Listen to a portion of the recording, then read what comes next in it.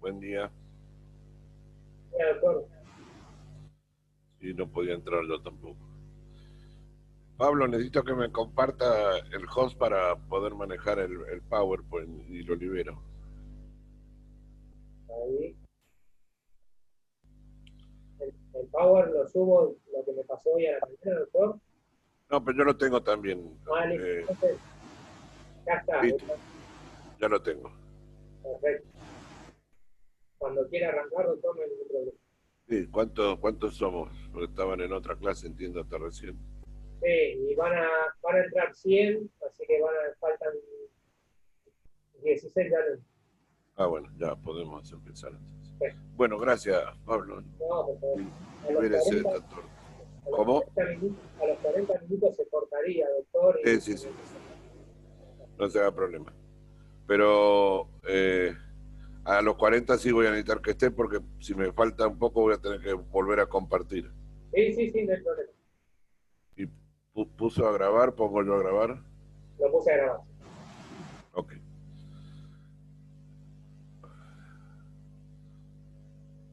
Muy bien, buenos días, vamos a... Ok.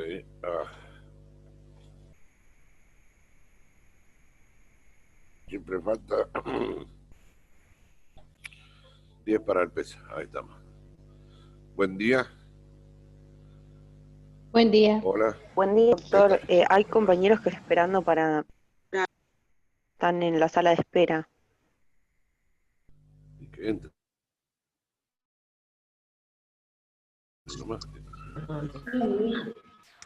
Qué fastidio, cómo se levanta la coñita.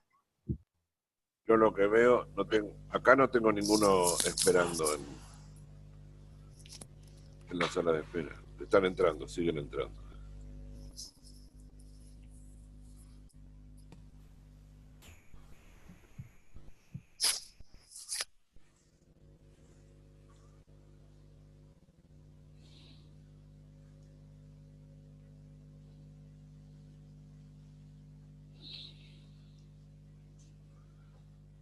Perdón, estoy leyendo los chats por si había no. Listo. Muy bien, comenzamos entonces. Es muy fácil la charla de hoy, es lo más fácil que hay. Tenemos que hablar de esto, de síndrome coronario agudo. ¿La ven? Uno que diga que sí. No se ve. No se ve. No. No hay ningún problema, no hay ningún problema. Vamos de nuevo, compartimos de vuelta. ¿Ahora? Sí, ahora sí. Sí.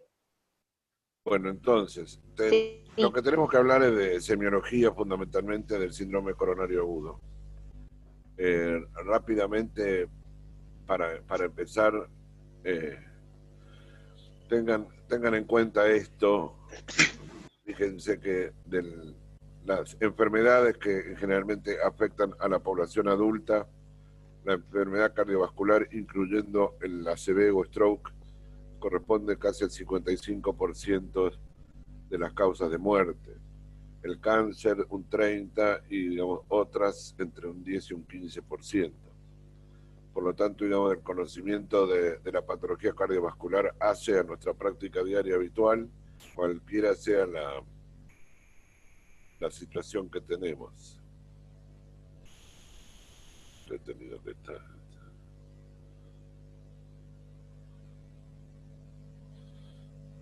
¿Qué te pasa? No hay ningún problema.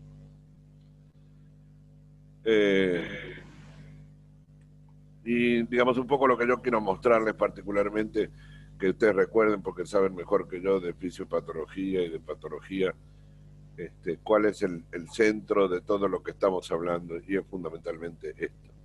La enfermedad coronaria o la enfermedad vascular o cardiovascular tiene un centro en el desarrollo de la ateromatosis arterial, que conlleva a un lento depósito de lípidos entre la íntima y la media de las arterias, en cualquiera de sus distribuciones, pero en general es una enfermedad sistémica.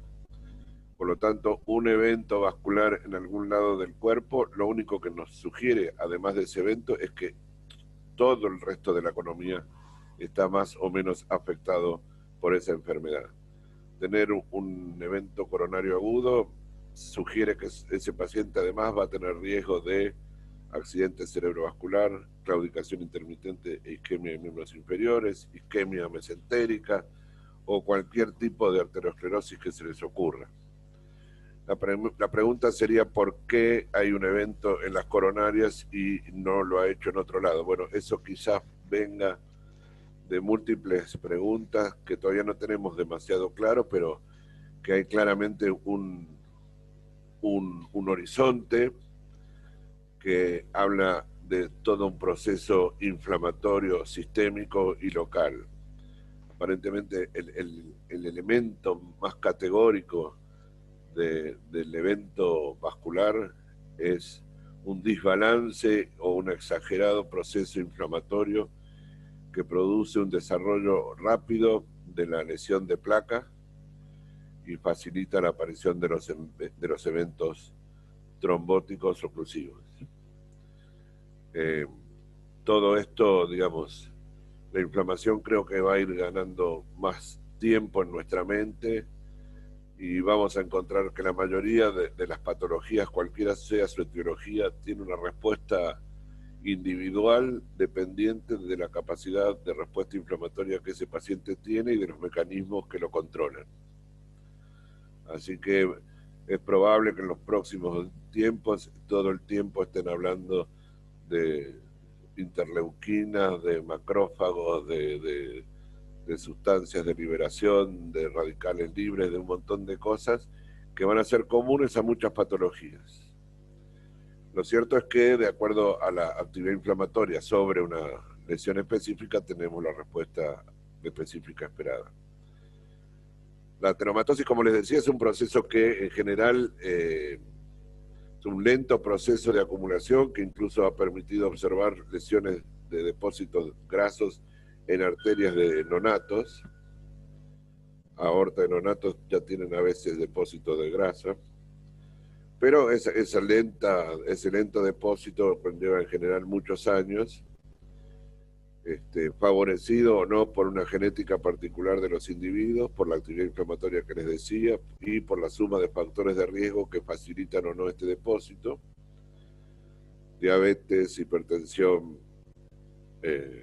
tabaquismo, obesidad, sedentarismo, como los clásicos factores de riesgo que predisponen a la enfermedad vascular.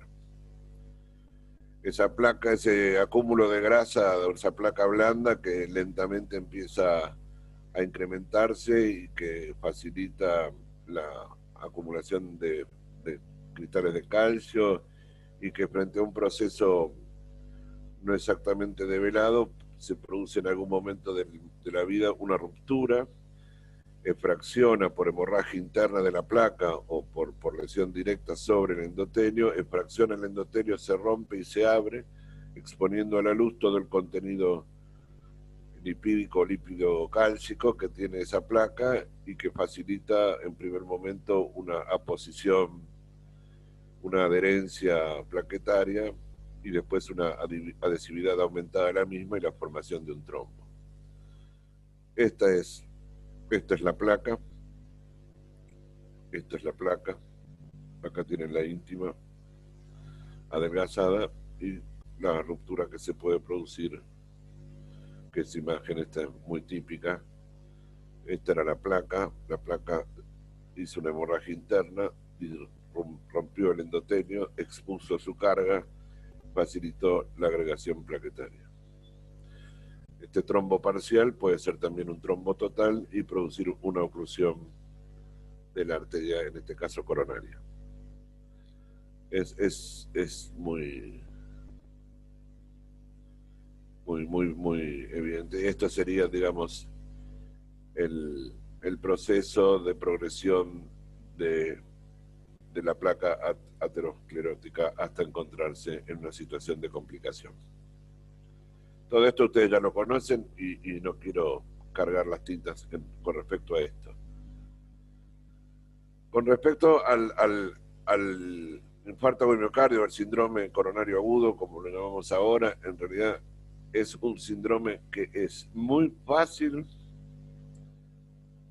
de diagnosticar si estamos medianamente entrenados, porque tiene, como ustedes saben, 3 herramientas: el interrogatorio, el electrocardiograma y la confirmación por laboratorio. No tiene nada más. La semiología propiamente dicha, el examen físico del infarto agudo del miocardio es pobrísimo, salvo que esté complicado, y entonces vamos a tener semiología por insuficiencia cardíaca, semiología por arritmias. No vamos, el infarto en sí mismo prácticamente no cambia el estado físico del paciente en ese momento. Por lo tanto, digamos, lo más interesante de la semiología para el diagnóstico del síndrome coronario agudo es fundamentalmente el interrogatorio y la observación del paciente. Fíjense que en 1912, esto solo para completar lo anterior, las manifestaciones clínicas de la oclusión coronaria pueden variar mucho dependiendo del tamaño, localización y el número de vasos ocluidos. Los síntomas y el resultado final pueden modificarse adecuando la presión arterial, la condición del miocardio no afectado y la habilidad de los vasos para cumplir adecuadamente su trabajo. Esto es de 1912. Ya claramente había un concepto fisiopatológico de la enfermedad coronaria. Lo que sí es cierto es que la enfermedad coronaria fue cambiando sobre todo el evento coronario agudo fue cambiando en su concepción, digamos. Por decirles de alguna manera, había toda una concepción mecánica que hablaba de una oclusión progresiva de la arteria coronaria hasta que se tapaba y se producía el infarto o las formas incompletas cuando había un desbalance entre oferta y demanda de oxígeno que podían ser la angina inestable.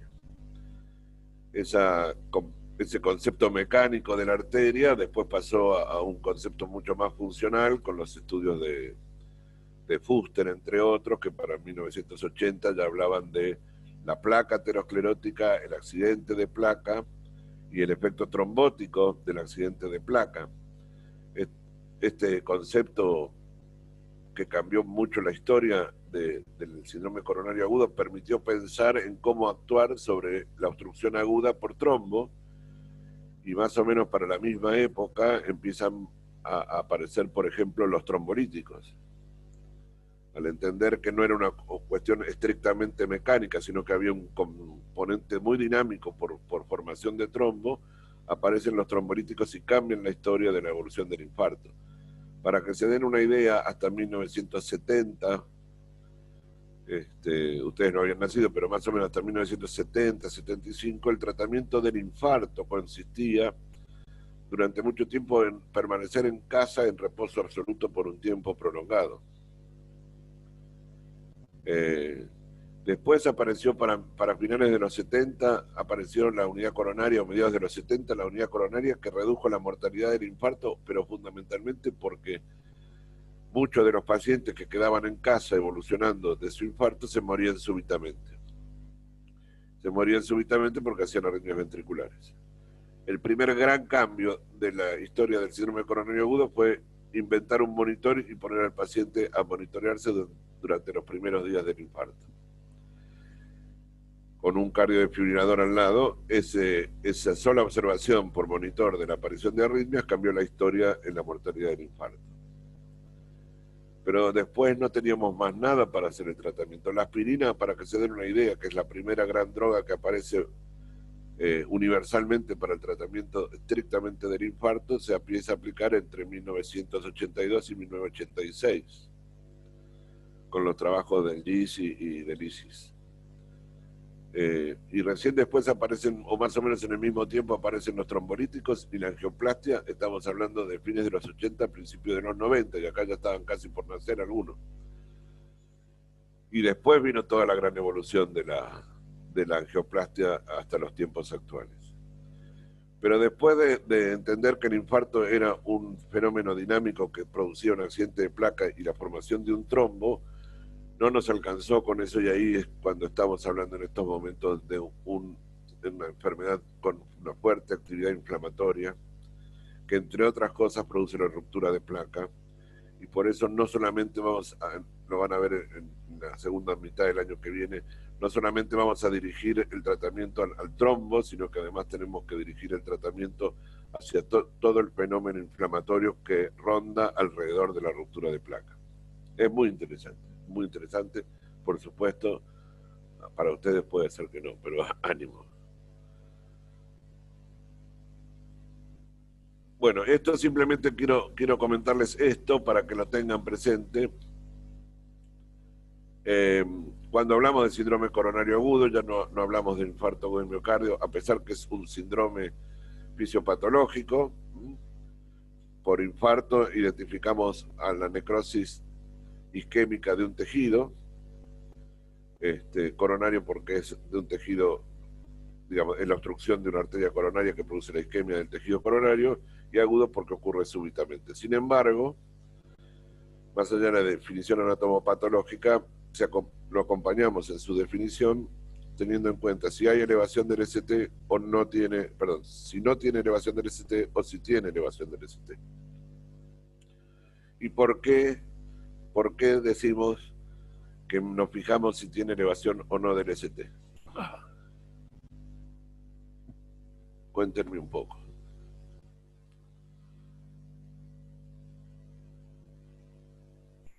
Martín, Para no sé por qué, verificar pero si te tiene estoy alguna viendo ahí arritmia. adelante. No, Para verificar si tiene alguna arritmia, digo. no, eso con eso hago un electro, digamos, pero no me fijo en el ST. Porque evidencia el daño tisular. Pero en los dos casos puede tener daño tisular, digamos. Me refiero si estamos hablando de la injuria, por ejemplo. Para ver si es epicárdico o transmural. En ese caso es correcto, sería lo mismo, digamos. Hablar de transmural o epicárdico es lo mismo. ¿Puede ser porque el tejido isquémico se repolariza precozmente? No, digamos, puede ser, pero me parece que es una, digamos, no es lo que estamos buscando. Está bien. No, está bien. Yo les cuento para que no se les haga muy largo, pero ¿saben que por qué quiero ver si tiene elevación o no del ST? Porque si tiene elevación del ST me sugiere que la onda de lesión comienza en el epicardio. De la misma manera que, por ejemplo, una pericarditis aguda produce supraesnivel del ST, en el síndrome coronario agudo que se produce con una obstrucción de una arteria coronaria al momento de ingresar en el miocardio, su obstrucción va a producir una onda de lesión que comienza de epicardio a endocardio. Si comienza de epicardio a endocardio y produce supradesnivel del ST, me dice que la arteria que se tapó es una arteria de cierto calibre y que puede ser destapada. Es un concepto netamente terapéutico, hablar de con o sin supra del ST. Eso quiere decir que cuando yo le hago un electrocardiograma a un paciente en el contexto de un dolor de pecho y tenga supradesnivel del ST, la arteria que está generando este síndrome coronario agudo es una arteria epicárdica, pasible totalmente de liberarse. Con lo cual es un tipo de tratamiento específico que tengo que hacer en el menor tiempo posible, ya sea con trombolíticos o angioplastia. Todos los demás pacientes que tengan dolor de pecho y constituyan un síndrome coronario agudo, pero no tengan elevación del ST, van a tener probablemente mecanismos diferentes en cuanto a la oclusión de la arteria, y sobre todo la arteria o arterias que van a estar afectadas no son epicárdicas, sino que son endocárdicas. Con lo cual la injuria fundamentalmente va a estar localizada en la zona subendocárdica y no subepicárdica. Entonces, para que recuerden, simplemente cuando hago un electro lo que voy a buscar es eso. Pero vamos, entonces, termino la idea. Los síndromes coronarios agudos se dividen con elevación del ST y sin elevación del ST. Con elevación del ST es el clásico infarto que ustedes conocen como infarto tipo Q, o transmural o epicárdico, son todos sinónimos. Y los que no tienen elevación del ST pueden ser dos momentos, o un infarto no Q o una angina inestable. No Q, subendocárdico o no transmural también son sinónimos de lo mismo. Bueno, y vamos a esto. Una señora de 64 años con antecedentes de riesgo, tabaquista, dislipémico, hipertensa, 4 días antes del ingreso tiene episodios de dolor precordial típico, inicialmente en clase funcional 1-2 que progresa a clase 4 y que ceden espontáneamente. ¿De acuerdo? Un sí con la cabeza, Sí. una mano levantada. Sí, doctor. Gracias. No, doctor, hace muy larga la respuesta. Vamos. Entonces yo les pregunto a ustedes qué es un dolor precordial típico.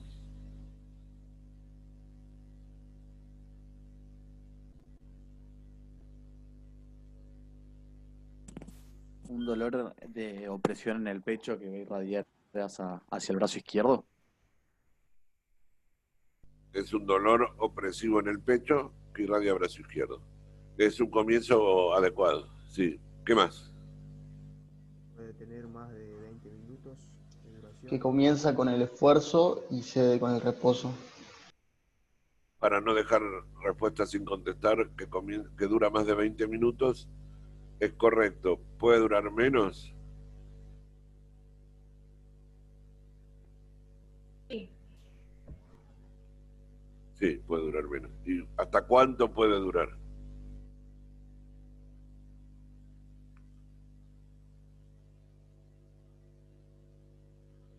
¿20 minutos, 30, 1 hora, 6 horas, 14 días? ¿Hasta cuánto puede durar?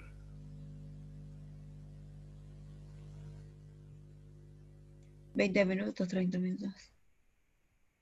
Y si dura 1 hora y media, ¿no es angina?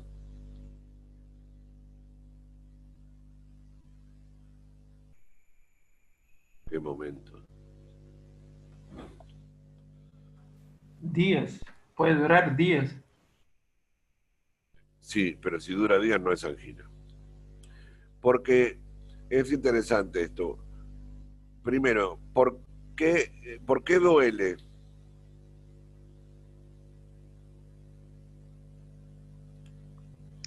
¿Qué me está diciendo ese dolor? Que no hay una correcta irrigación. Perfecto, que el tejido que estoy evaluando está isquémico, le falta oxígeno. Y va a durar todo el tiempo en el cual ese tejido esté isquémico, hipóxico. Y va a solucionarse de dos maneras. O porque le volvemos a poner la cantidad de oxígeno suficiente o porque el tejido termina por morir. Por lo tanto, digamos, lo que yo evalúo cuando el paciente ingresa con angina es por detrás un fenómeno que me está diciendo que por alguna causa ese miocardio está sufriendo hipoxia. Y digamos, en la medida que yo haga algo o no haga nada, el paciente va a progresar hasta que el dolor desaparezca. Si yo no hice nada, muy probablemente termine en un infarto constituido porque el tejido isquémico finalmente muere. Si yo pude hacer algo útil y reponerle el oxígeno, ese miocardio va a quedar transitoriamente isquémico, va a haber una pequeña necrosis, pero voy a recuperar mucho del tejido que, como estaba isquémico, no se había muerto y por lo tanto es recuperable. Lo único que no puedo recuperar como todas las cosas, es el tejido muerto. Entonces, cuando yo planteo el dolor anginoso, es interesante que los tiempos, primero, no pueden ser fugaces. Con mucha frecuencia les van a contar que tienen dolores puntuales o a veces un poco más confusos en cuanto a su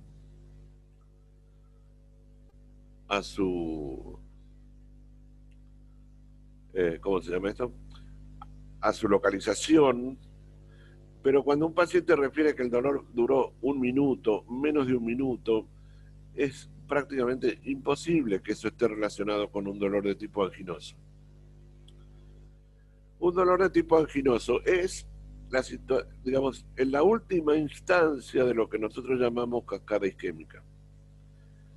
Sin embargo, es la manifestación clínica que me permite descubrir todo lo que estuvo ocurriendo antes.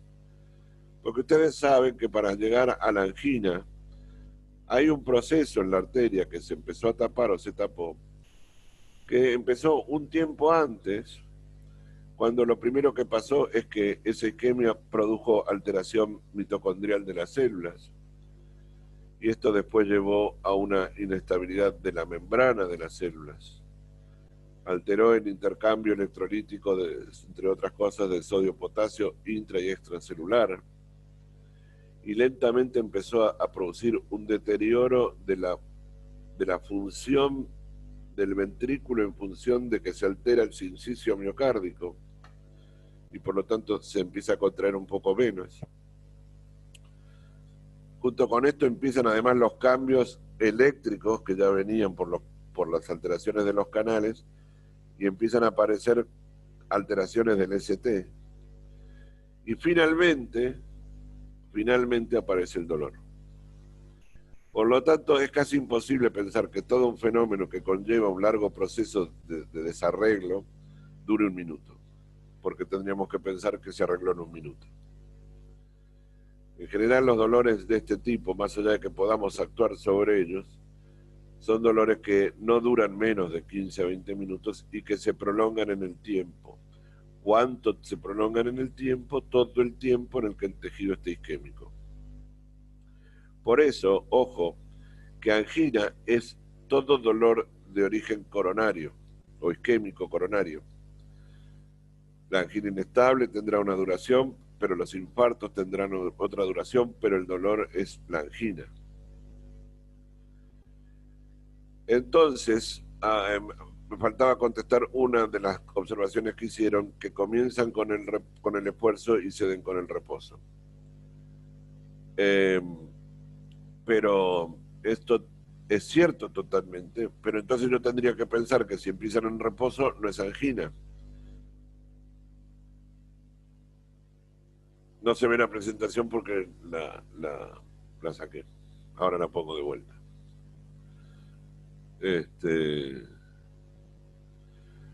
¿Entienden la pregunta? Si yo digo correctamente que es un dolor que empieza con el esfuerzo y cede con el reposo, les pregunto, ¿los pacientes que hacen dolor en reposo no son angina? Y no, evidentemente son angina también, digamos. Lo que pasa es que están en un estado máximo de la habilidad que aún en reposo aumentan, pueden tener angina. Entonces conviene definirla mejor como que pueden aparecer en reposo y ceder, pueden aparecer en esfuerzo y ceder en reposo para ser más amplio en la definición. ¿Cómo es el dolor? ¿Cómo es el dolor? Opresivo. Opresivo, bien. En puntada. Sí, y radial, pues. Son todos elementos del interrogatorio diferentes. Opresivo es el tipo de dolor. Me gusta más que el de puntada. En general, porque la puntada, en general, uno la refiere en los pacientes como puntual, digamos, como un punto, lo marcan con un dedo. La opresión es más extensa. Y además, el paciente refiere una sensación de presión, de peso sobre el pecho, en general. Sí atraviesa, eso se llama transfictivo, y va porque atraviesa de adelante hacia atrás en general. Entonces, opresivo y transfictivo. Alguien puso por ahí una angustia. Es cierto, por dos lados. Por un lado, quizás alguno de ustedes ha tenido que pasar por una situación muy dolorosa y han tenido esa sensación de congoja fuerte, de angustia, que le genera una especie de opresión en el pecho. Bien, es parecido a eso, sí, pero de mucho mayor intensidad. De mucha mayor intensidad. Por otro lado, es común decirlo, sí, es común decirlo, digo que sí a presión de puño sobre el pecho. Pero los pacientes que tienen un síndrome coronario agudo, en general, tienen muy claro que la cosa no viene bien y eso les genera una situación vital o angustia de muerte. Y esto es muy fácil de entender. Seguramente muchos de ustedes han tenido alguna vez un dolor de pecho, en el tórax, y en ningún momento dado se han preocupado o pensado que podían estar infartándose. Primero, porque no les corresponde infartarse a esta edad. Segundo, porque fueron dolores tolerables y en general, digamos, pasaron en poco tiempo. A lo largo de la vida tenemos dolores en el pecho con más que frecuentemente, desde golpes, con calambres, irritaciones de los cartílagos, no sé, distensión colónica. Un montón de situaciones pueden producir dolor de pecho más o menos fugaz, y no por eso vivimos consultando a la guardia o al médico. Pero claramente hay un dolor muy especial que hace que la mayoría de los pacientes consulten por ese dolor en un momento dado cuando realmente lo que tienen es angina. Y esa consulta que los lleva incluso a movilizarse en días feriados, de noche, con lluvia, digamos, sin ningún tipo de limitante climático ni temporal, es porque claramente los preocupa muy fuertemente y saben que pueden estar teniendo algo malo, algo grave. Por lo tanto, cuando un paciente llega a la guardia, una de las cosas que uno hace es mirar la actitud del paciente frente al interrogatorio del dolor, para ver de qué manera se expresa ese dolor, si es un dolor que lo trajo a consultar, pero dentro de unos límites de tolerancia aceptable, sin alterar su aspecto general, sin estar excesivamente nervioso, o aquel que claramente viene con una ansiedad impuesta y con un claro sufrimiento por el dolor que está teniendo, y bueno, eso a veces permite empezar a balancear para qué lado tengo que llevar el interrogatorio de este paciente. Algunos me habían puesto que era un dolor difuso por el chat.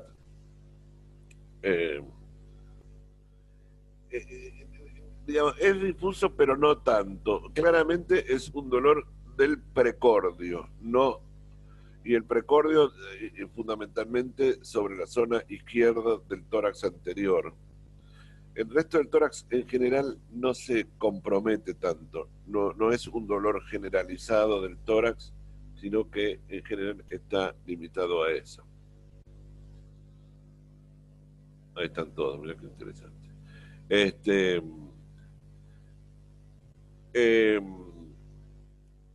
Lo que sí es muy claro, que tenemos además una irradiación bastante típica, que se repite en el tiempo. ¿Cómo es esa irradiación? La irradiación es hacia hombro izquierdo, brazo izquierdo y el borde cubital del antebrazo y de la mano. Eso es lo típico, eso es lo recontratípico. De precordio a hombro izquierdo, brazo izquierdo, borde cubital del antebrazo y de la mano. Eso es lo que se llama una distribución metamérica. ¿Se acuerdan de las metamerías desde embriología que lo están viendo? Es decir, en función del desarrollo de los discos embrionarios, se produce un despliegue de todas las capas que arrastran consigo las distintas capas de ese tridisco embrionario, y por lo tanto va a haber mesénquima, tejido nervioso, etc. Y hay una referencia formal de lugares con irradiación propia e identificación en corteza. Por eso siempre ese dolor está presente porque está fundamentalmente relacionado a la inflamación del pericardio. Doctor, me queda aproximadamente 2 minutos. Me quedan 2 minutos. Acá dice 4, pero igual cuando quieran termino esto y nos reconectamos. Digo, cuando se corte, ya sabemos que nos volvemos a reconectar. Sí. Miren si no parezco, me fui. Pero bueno, el asunto es ese. Les quería decir, ok, la irradiación típica, pero puede irradiar al cuello, a la base de la mandíbula, a la base del cuello, la horquilla esternal, al brazo derecho, al dorso o al epigastrio. Como ven, la irradiación hay una que es típica, pero hay un montón que no son típicas y por lo tanto no hay obligación de cumplir que me duele el brazo izquierdo. Guarda que lo que marca es el dolor, las características del dolor. Los elementos que lo acompañan ayudan, pero no definen. Ah, no, como le duele el brazo derecho, no es. Falso. No, como le duele la espalda, no es. Falso. Lo que importa es que es un dolor intenso, angustiante, opresivo en el precordio que dura un cierto tiempo y que además tiene una irradiación.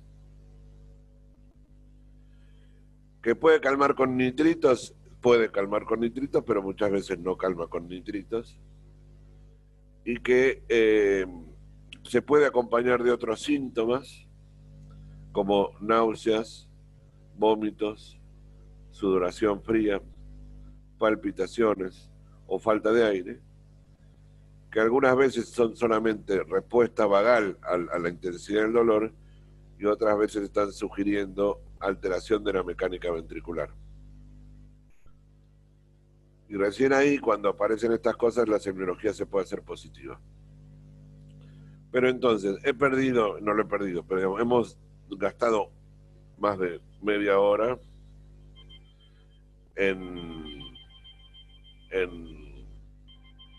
perdón, me distraje con el teléfono.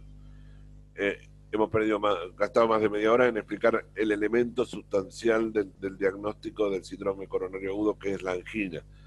Lo repito en el minuto que me queda y así cortamos. Un dolor opresivo, precordial, retroesternal, de intensidad variable y de duración variable, pero nunca menos de 5 minutos, y se extiende mientras se mantenga la isquemia o intervenga de alguna manera, con una irradiación típica, que es el hombro izquierdo, brazo izquierdo y borde cubital de la mano, del antebrazo y de la mano, pero que puede tener otras irradiaciones en el tórax, que puede o no acompañarse de síntomas agregados, generalmente vagales, que puede calmar con nitritos, pero puede no calmar, y que puede haber comenzado con el esfuerzo y ceder parcialmente con el reposo o no. Este es el mayor esfuerzo del diagnóstico del síndrome coronario agudo. El interrogatorio adecuado para decir este paciente sí tiene una angina o no tiene una angina. Ahora sí, si quieren, cortamos ya mismo y vamos al segundo paso, que es mucho más corto, que es el electro. ¿Ok? Sí.